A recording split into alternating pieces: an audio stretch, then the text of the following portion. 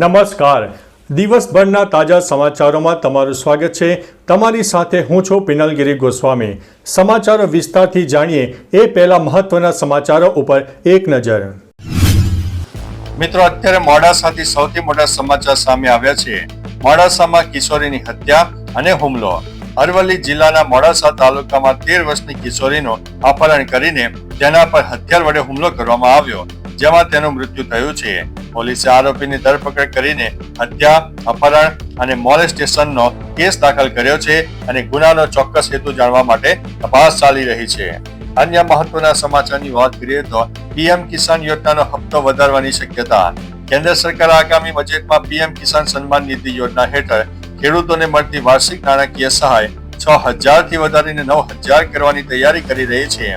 ખેડૂતોને વધતા કૃષિ ખર્ચ સામે આ એક મોટી રાહત સાબિત થઈ શકે છે. અન્ય મહત્વના સમાચારની વાત કરીએ તો માવઠાથી નુકસાન સામે સહાય પેકેજ અને પડકારો. રાજ્યમાં કમોસમી વરસાદ એટલે કે માવઠાથી અસરગ્રસ્ત 42 લાખ હેક્ટરથી વધુ જમીન માટે સરકારે રાહત પેકેજની જાહેરાત કરી હતી. જોકે ઘણા ખેડૂતોને હજુ સુધી સહાય મળી ન હોવાના અને ડુંગળી જેવા પાકોના પોષકક્ષમ ભાવ ન મળવાના કારણે આર્થિક મુશ્કેલીનો સામનો કરવો પડી રહ્યો છે. અન્ય મહત્વના સમાચારની વાત કરીએ તો પ્રાકૃતિક ખેતીનો સફળ મોડલ. પંચમહાલના એક ખેડૂત પ્રવીણભાઈ માછીએ શૂન્ય ખર્ચે પ્રાકૃતિક ખેતી અપનાવીને મબલક કમાણી કરી લીધી છે. તેમણે વચટિયા વગર મીશો જેવા ઓનલાઈન પ્લેટફોર્મ દ્વારા પોતાને ઝેર મુક્ત પાક સીધો ગ્રાહકોને વેચીને બમણો ભાવ મેળવ્યો હતો. અન્ય મહત્વના સમાચારની વાત કરીએ તો ટેકાના ભાવે તુવેરની ખરીદી માટે નોંધણી. ગુજરાત સરકાર ટૂંક સમયમાં ખેડૂતો પાસેથી ટેકાના ભાવે તુવેરની ખરીદી શરૂ કરશે, જેનો ભાવ 8,000 રૂપિયા પ્રતિ ક્વિન્ટલ જાહેર કરવામાં આવ્યો છે.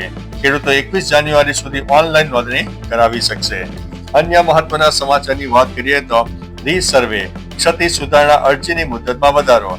ગુજરાત સરકારે જમીનના રીસર્વેમાં થયેલી ભૂલો સુધારવા માટેની અરજીની સમય મર્યાદા વધારી દીધી છે. ખેડૂતો હવે 31 ડિસેમ્બર 2026 સુધી પોતાની જમીન સંબંધિત ક્ષતિઓ સુધારવા માટે અરજી કરી શકશે, જે એક મોટી રાહત છે. અન્ય મહત્વના સમાચારની વાત કરીએ તો ઉત્તરાયણ પહેલા ચાઇનીઝ દોરી પર કડક કાર્યવાહી. ઉત્તરાયણ પહેલા ગુજરાતમાં પોલીસે પ્રતિબંધિત ચાઇનીઝ દોરી એટલે કે માંજા જપ્ત કરવા માટે કડક કાર્યવાહી શરૂ કરી છે.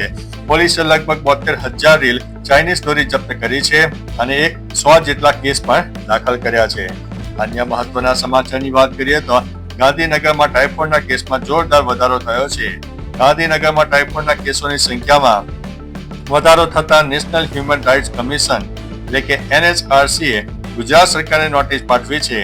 ગૃહમંત્રી અમિત શાહે પણ આ મામલે ઝડપી સરકારી કાર્યવાહી કરવા માટે આહવાન કર્યું છે. અન્ય મહત્વના સમાચારની વાત કરીએ તો રાજકોટમાં ભૂકંપના આંચકા અનુભવાયા છે. 8 અને 9 જાન્યુઆરી વચ્ચે રાજકોટ જિલ્લાના કેટલાક ભાગોમાં ભૂકંપના અનેક આંચકા અનુભવાયા છે. રિક્ટર સ્કેલ ઉપર તેની તીવ્રતા 1.4 થી લઈને 3.8 સુધીની માપવામાં આવી છે, પરંતુ કોઈ નુકસાનીના અહેવાલ નથી. અન્ય મહત્વના સમાચારની વાત કરીએ તો પ્રધાનમંત્રી નરેન્દ્ર મોદીનો ગુજરાત પ્રવાસ. પીએમ મોદી 10 જાન્યુઆરીથી 12 જાન્યુઆરી સુધી ગુજરાતના પ્રવાસે છે. તેઓ સોમનાથ મંદિરની મુલાકાતનું આયોજન છે અને અમદાવાદમાં મેટ્રો ફેઝ તેનું પણ ઉદ્ઘાટન કરશે. તો ચાલો મિત્રો, ફરીથી દેશ અને દુનિયાના સુપરફાસ્ટ સમાચાર લઈને મળતા રહીશો. ત્યાં સુધી અમને રજા આપશો. નમસ્તે.